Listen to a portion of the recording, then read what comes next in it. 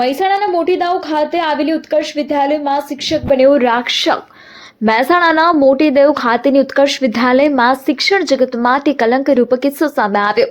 ઉત્કર્ષ સ્કૂલના શિક્ષક નીલ પટેલે 8મા ધોરણમાં ભણતા 5 વર્ષના રયાસ અરવિંદભાઈ પટેલની ઢોરમાર મારી કૃત્ય આચર્યું. ટેસ્ટ પત્યા બાદ મજાક મસ્તી કરતા 4 થી 5 વિદ્યાર્થીઓના સીસીટીવી જોયા પછી બીજા દિવસે શાળાના શિક્ષક નીલ પટેલે ક્લાસરૂમમાં જાહેરમાં સોટીઓનો માર મારવાના સીસીટીવી સામે આવ્યા. 8મા ધોરણમાં અભ્યાસ કરતા રેયાંશ પટેલે ઘરે જઈને દુખાવાની ફરિયાદ કરતા સિવિલ હોસ્પિટલ ખાતે સારવાર માટે લઈ જવામાં આવ્યો હતો. રેયાંશના પરિવારે નીલ પટેલના રાક્ષસી કૃત્ય વિરુદ્ધ એમએલએ મુકેશભાઈ પટેલ, સાંસદ મયંકભાઈ નાયક, ભાજપ જિલ્લા પ્રમુખ ગિરીશભાઈ રાજગોર, તાલુકા પોલીસ સ્ટેશન સહિત મીડિયા સામે રજૂઆત કરવામાં આવી. પીડિત રેયાંશના પરિવારે શિક્ષક નીલ પટેલને સસ્પેન્ડ કરવા સાથે કાનૂની રાહે કડકમાં કડક જેલની સજાની માંગ કરી. સાથે જો શિક્ષક નીલ પટેલ સામે કાર્યવાહી કરવામાં કાચું કપાશે તો પરિવાર સાથે શાળા સામે ભૂખ હડતાળ કરવાની ચીમકી ઉચ્ચારી. શાળાના પ્રિન્સિપાલે શિક્ષક નીલ પટેલના આ રાક્ષસી કૃત્યને શાળા માટે ખૂબ જ શરમજનક કહેવા સાથે શિક્ષક નીલ પટેલને શાળામાંથી બરતરફ કર્યો હોવાનું કહ્યું. મળતી માહિતી મુજબ શિક્ષક નીલ પટેલના કૃત્યને દબાવી દેવા શાળાના શિક્ષકો દ્વારા અન્ય વિદ્યાર્થીઓએ રેયાંશ સાથે નહીં બોલવાની ધમકીઓ આપવામાં આવી. આશિષ પટેલ, મહેસાણા. શું નામ આપનું અને કઈ સ્કૂલમાં આપના બાળક જોડે શું ઘટના બની? મારું નામ અરવિંદભાઈ પી પટેલ. મારો દીકરો રેયાંશ ધોરણ 8માં ઉત્કર્ષ વિદ્યાલયની અંદર અભ્યાસ કરે છે. શુક્રવારના દિવસે એની સ્કૂલની અંદર ટેસ્ટ હતો. ટેસ્ટ પત્યા બાદ બધા વિદ્યાર્થીઓ સ્કૂલમાં હસી મજાક કરતા હતા. શનિવારના દિવસે સીસી ફૂટેજ જોઈને અને શિક્ષકે કોઈ પૂછપરછ કર્યા વગર સીધા જ ક્લાસમાં આવીને બધા વિદ્યાર્થીઓને એટલે કે 5 વિદ્યાર્થીઓને જે ઢોર માર માર્યો છે એ વિદ્યાર્થીઓને બહુ જ ઈજા પહોંચી છે. અને મારી માંગ તો એ છે સરકારશ્રીને કે મારા દીકરાને ન્યાય મળવો જોઈએ.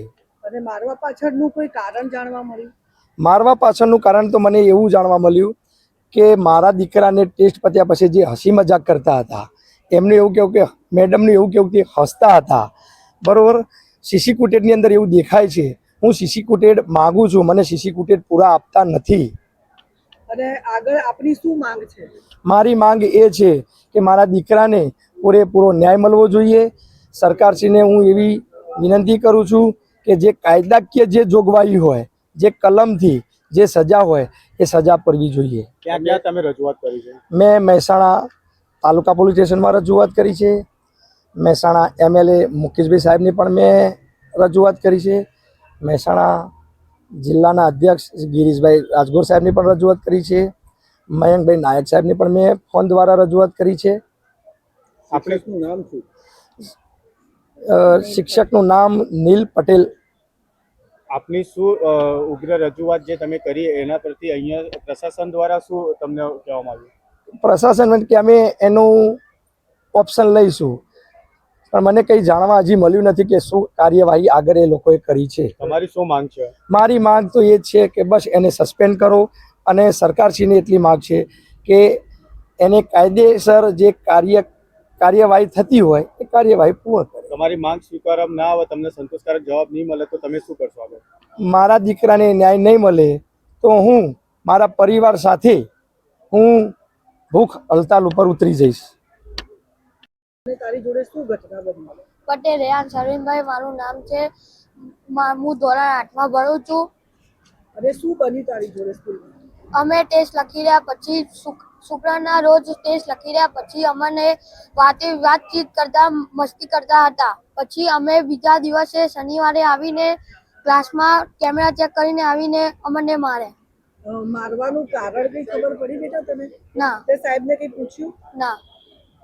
કોણ હતું તમને મારવામાં? પટેલ નીલ. શું નામ આપનું અને આપનો હોદ્દો સ્કૂલમાં શું છે અને જે બાળક જોડે ઘટના ઘટી છે એને લઈને આપ શું કહેશો? મારો હોદ્દો છે આચાર્યનો, પ્રિન્સિપાલનો. મારું નામ છે ગોવિંદભાઈ પટેલ.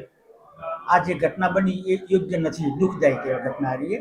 બરાબર, એના કારણે શિક્ષકમાં પરિપક્વતા નથી એટલે એના કારણે અમે એનું છૂટા કરી દીધા કર્મચારી. શિક્ષક કેટલા સમયથી અહીંયા? 3 વર્ષથી નોકરી કરે છે અહીંયા અને કોઈ દિવસ એમનો એવો ઉગ્ર સ્વભાવ હતો નહીં એમ, અત્યારે કોઈ પ્રશ્ન બન્યો નહીં એમના. શું નામ છે શિક્ષક? નીલ પટેલ. આગળની સ્કૂલ તરફથી વિદ્યાર્થી માટે શિક્ષક ઉપર કાર્યવાહી કરવામાં કેવી રીતે આવશે અને શું કરો? અમે આ તો છૂટા જ કરી દીધા એમને, સસ્પેન્ડ છૂટા જ કરી દીધા, રાજીનામું મળી દીધું અમે, બરોબર એમના. તો સ્કૂલ તરફથી તમે કોઈ ફરિયાદી તરીકે એટલે મેનેજમેન્ટનો પ્રશ્ન છે એટલે મેં મેનેજમેન્ટ રજૂઆત કરશું કે ભાઈ તમે ફરિયાદી બનો એમ. આગળ સીસીટીવી ફૂટેજને લઈને કંઈક એવું છે કે સીસીટીવી ફૂટેજ અવેલેબલ નથી થયા. હા, એટલે આજે અમે વાલી આવ્યા છે, વાલી સીસીટીવી ફૂટેજ અમે આપી દઈએ પેન ડ્રાઈવમાં.